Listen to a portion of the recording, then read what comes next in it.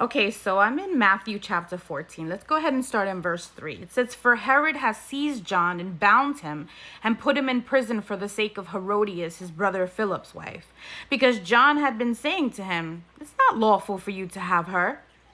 And though he wanted to put him to death, he feared the people, because they held him to be a prophet.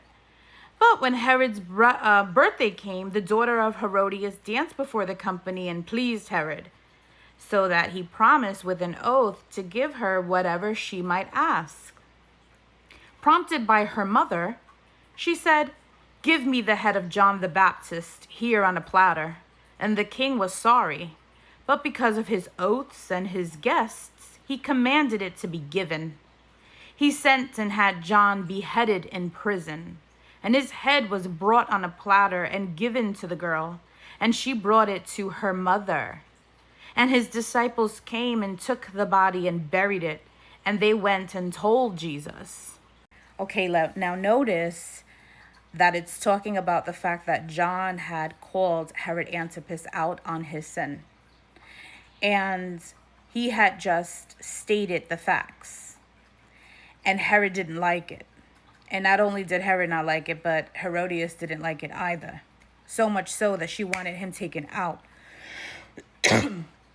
And so we read what happens. I don't want to hear that. I don't want to hear the truth. He needs to be eliminated. And so that's what happens. And then Herod feels bad about it, but he's like, I made oaths and I got to keep them, because kings had to keep their word. So he had to keep his word. You know what? I got to keep my word.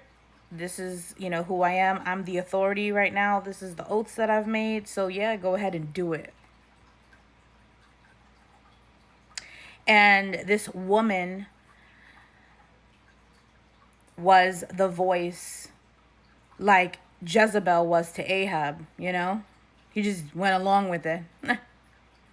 And John, who was calling it out, because what John was doing, he was doing that in love. When you say things to people and it's the truth and it bothers them, and the first thing they want to say is, "This is fueling hate." No, what it's doing is it's calling out what needs to be called out, and it just feels uncomfortable. So you got to deal with that. But let's just say if someone said something to you and it wasn't true, it still doesn't justify the fact that they should be killed, right? And yet John the Baptist was killed. Oh, but you can't say that about people in the body of Christ today because, this is not Bible times, I guess.